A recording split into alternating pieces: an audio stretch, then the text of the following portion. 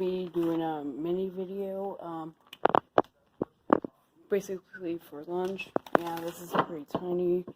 Maybe next time we get a full-size Stouffer's, I can make it, yeah, pretty good. So obviously you need to prepare the friggin' macaroni and cheese. So here's what you'll need. God, that is a loud microwave. Okay, so for this you'll need breadcrumbs. I don't know the exact amount. Just sprinkle it on there. Some Parmesan.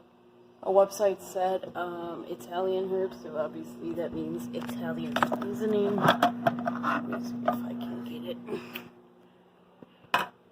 Okay, so now if you want to, when stirring the macaroni and cheese, you could use any macaroni and cheese brand.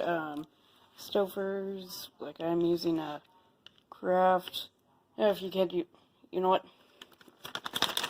Just mix a bit of Parmesan in there. Yeah, also you'll notice that baking with the bros isn't exactly cooking with the bros, but well, I'm not changing it. I have to restart my potatoes. Alright, so of course, get it all ready.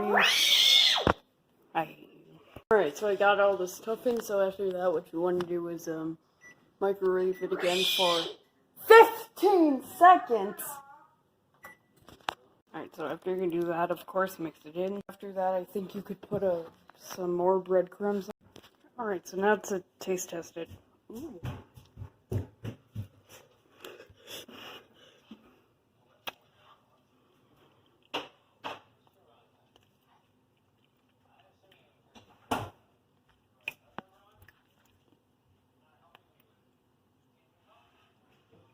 Ten out of 10. Yeah, it's good.